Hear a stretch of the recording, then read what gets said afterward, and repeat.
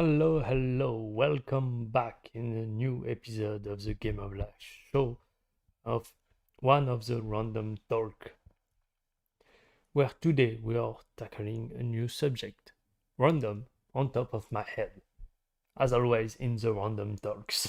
So today, this is the conscious mind versus the subconscious mind. What is it? What is it used for? Why do we have two of them? One mind isn't enough? Huh? So yeah, we are about to go on a journey of understanding the mind.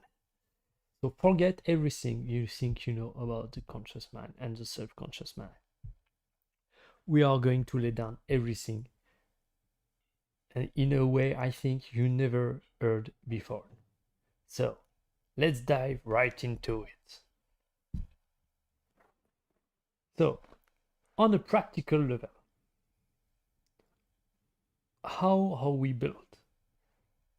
I mean, we have our body and so on, but our mind is primarily about our neurological system that is firing back and forth in some orders, where basically each neuron represents a bit of information. Depending on whether or not this is activated, you are interpreting this information in some way to act in the world. And actually, you taking information from the world as sensory input, your eyes, your ears, your nose, your mouth, your touch, and so on.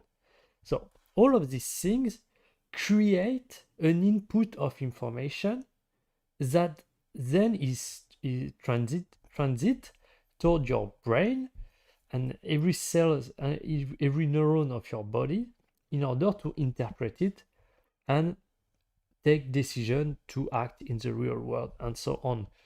So something that we know is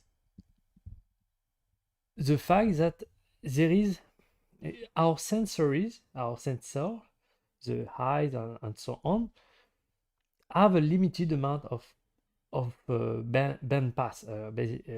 The idea that you can take in only a certain amount of information per second, and this is limited.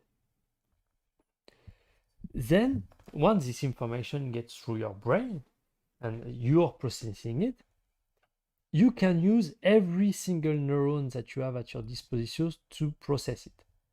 And this creates a massive amount of processing in terms of information and so on.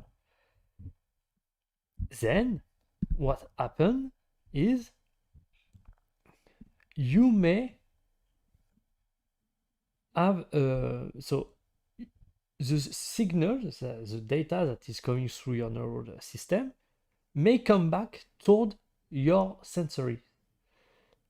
But your sensories generally is, except the fact that you can talk, when you are not talking, your neural system that is sending information to the part of your brain that is interpreting sensory information. So if your neural system is sending information that can be interpreted by those regions in your brain, you will start thinking, basically.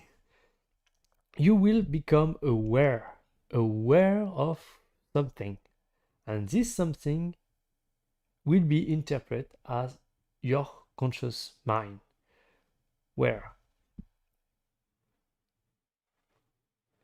you have every information that are taking in through your sensories, but every information that try to get out in some way will pass through your through the area of the brain that actually interpret those information as sound, image, and so on.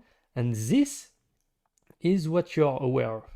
This is your thinking. This is your conscious mind, because you have evolved as a human being to be aware of your sensory. Because if you are not aware of it, you cannot act and react in the world. But this is only half of the equation. The other part of the equation is what happened in your head when your subconscious mind sends information toward your sensory processor. This creates your thoughts, your conscious mind. And so what and so we come back to what we talked about earlier, which is the sensory processing is limited in terms of quantity of information that you can process. And so when you are dealing with a huge amount of information, every information that you have taken in for years, for instance, or your sensory gather, collect everyday information, but this information is huge. And so your subconscious is going to be this part. All conscious mind and subconscious mind, you really need to understand that this is only the same thing. This is your neural system. It just happens that in order to operate in the world, you have to be aware of your senses. And when this process is not out, in, but in, out, you start thinking, you start having your conscious mind, what we call conscious mind. But actually, the conscious mind and the subconscious mind is only the same thing, because you have a lot of information that your brain, your cells are processing all the time. But because of the limited bandwidth of the process I explained of the conscious mind, you will be aware just a fraction of it. And so the vast majority of what your brain, your cells, your neural system and so on is processing will be what we call the subconscious mind. But that's the same thing. That just you or your neural system. And it's just a lack of awareness due to the immense quantity of data. And this quantity of data that is processed can be accessed through intuition, I would say, or general feelings. I'm not talking about emotion. I'm talking about the fact that if the quantity of information is too big, you will create some compression. Your subconscious mind will create some compression of all those information that will represent a concept, a feeling of what is going on.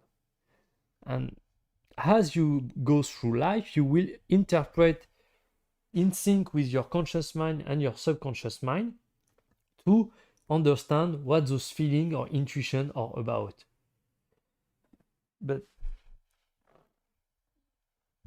yeah, I want you to explain it a bit easier. But for me, that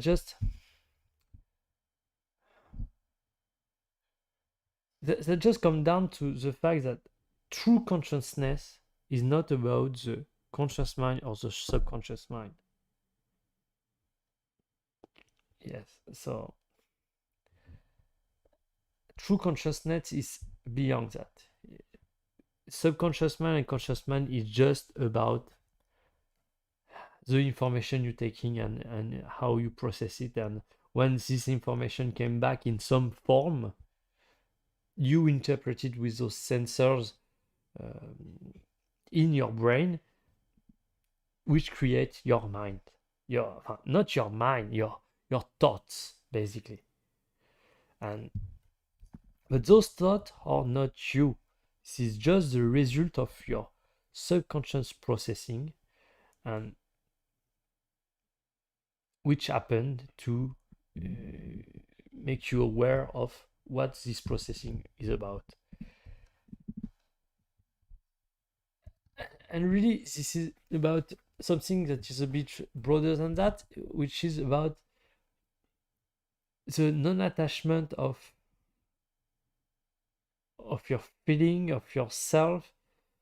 As I said in those videos, true consciousness is what is left when you remove everything.